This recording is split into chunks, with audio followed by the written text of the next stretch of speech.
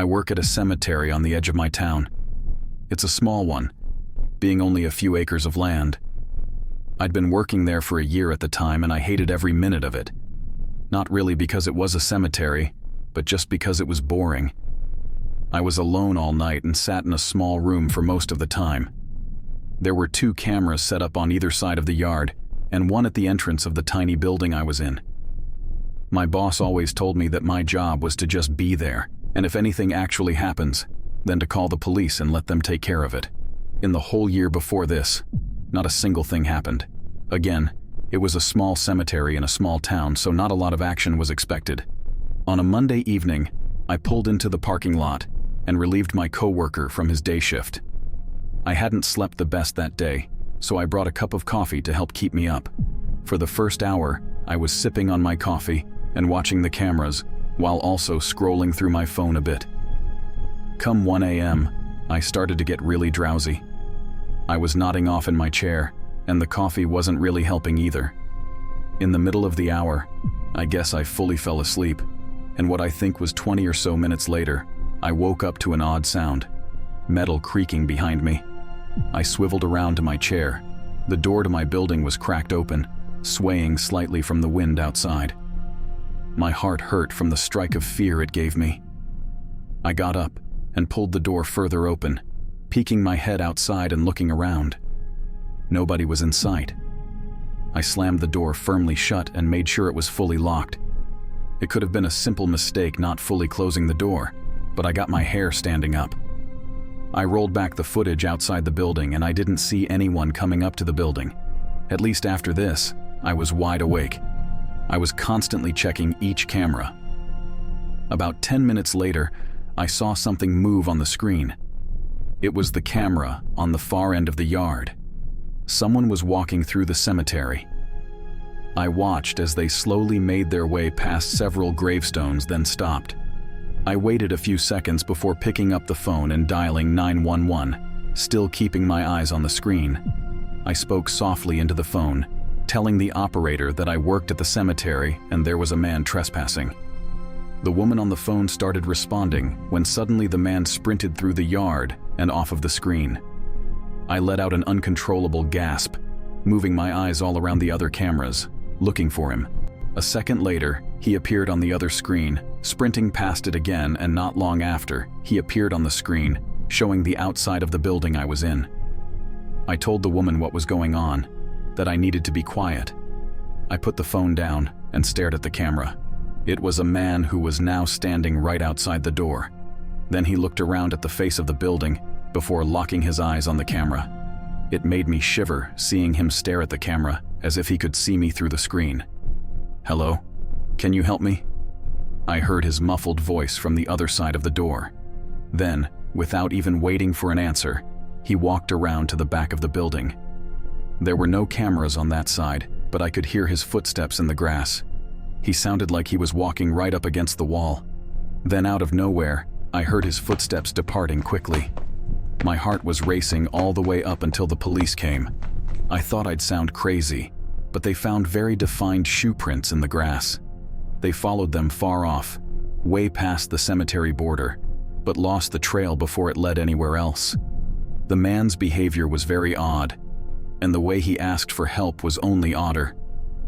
I don't know if the door being opened earlier was somehow him, but I don't know what to believe anymore.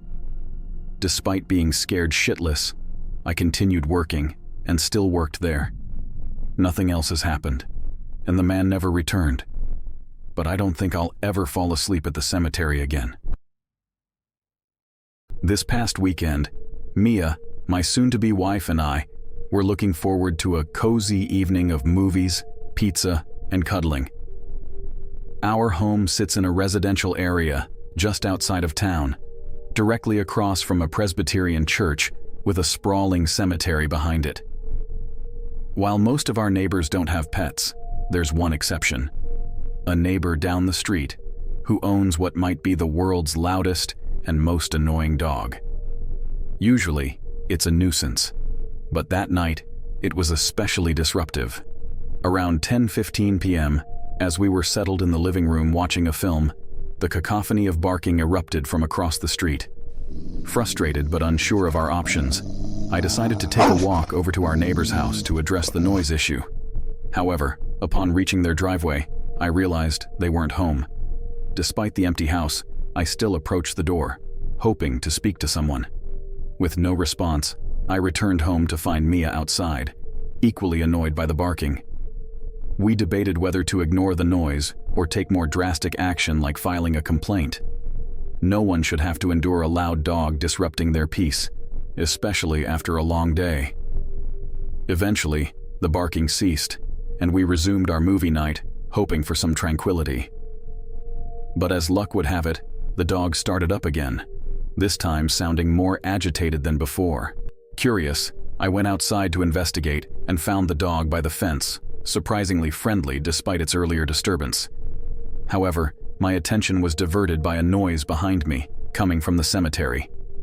Turning around, I spotted a figure lurking behind a gravestone, blood staining his face and holding a menacing dagger. The dog's frantic barking alerted Mia, who was still outside. In a panic, I instructed her to call the police, explaining that the person was armed. As we waited for help, the figure retreated into the cemetery and disappeared into the woods. When the police arrived, the intruder was long gone, leaving us to recount our unsettling encounter to skeptical officers. Despite their investigation yielding no results, Mia and I felt uneasy. We secured our home, informed our neighbors of the incident, and cautiously resumed our movie night, grateful that the ordeal was over, yet haunted by the eerie events of the evening. During my teenage years, I embraced the goth lifestyle with black hair, black clothes, and even a pair of combat boots. Alongside my friends, we frequented the local cemetery, initially as a jest, but soon finding solace in its tranquil atmosphere. However, one particular night altered our perception entirely. A friend called, and despite the unavailability of our other companions, I agreed to hang out. As we drove to the cemetery, engrossed in conversation about her boyfriend troubles, we noticed a distant bonfire atop the hill. Situated near a major university, the cemetery often attracted college students for nocturnal gatherings. Realizing the illegality of our presence after dark and anticipating police intervention due to the unauthorized bonfire, we decided to depart. Suddenly, a foul stench permeated the air from the direction of the fire, evoking disgust and suspicion. Despite a fleeting impulse to investigate, a mutual sense of apprehension prevailed, urging us to leave. As my friend reversed the car, a shadowy figure emerged near the bonfire, intensifying our unease. With a surge of terror, I implored her to drive, and she complied, hastily navigating the vehicle away from the ominous scene. We remained silent during the journey home, the gravity of the situation weighing heavily on our minds. The following morning, over coffee with my mom, I learned of a horrifying incident. A woman from my mom's workplace had been kidnapped, raped, and murdered. Her body discovered in the cemetery. Police found her this morning up in the cemetery. Whoever took her tried to dispose of her body in a bonfire in a failed attempt to conceal the crime. The revelation struck me with profound realization. The nauseating odor, the distant bonfire, the narrow escape from potential danger. That decision to flee rather than investigate was pivotal, potentially altering the course of our lives forever. Henceforth, I resolved never to venture into the cemetery after nightfall, haunted by the awareness that one choice, one night, could have irrevocably changed everything.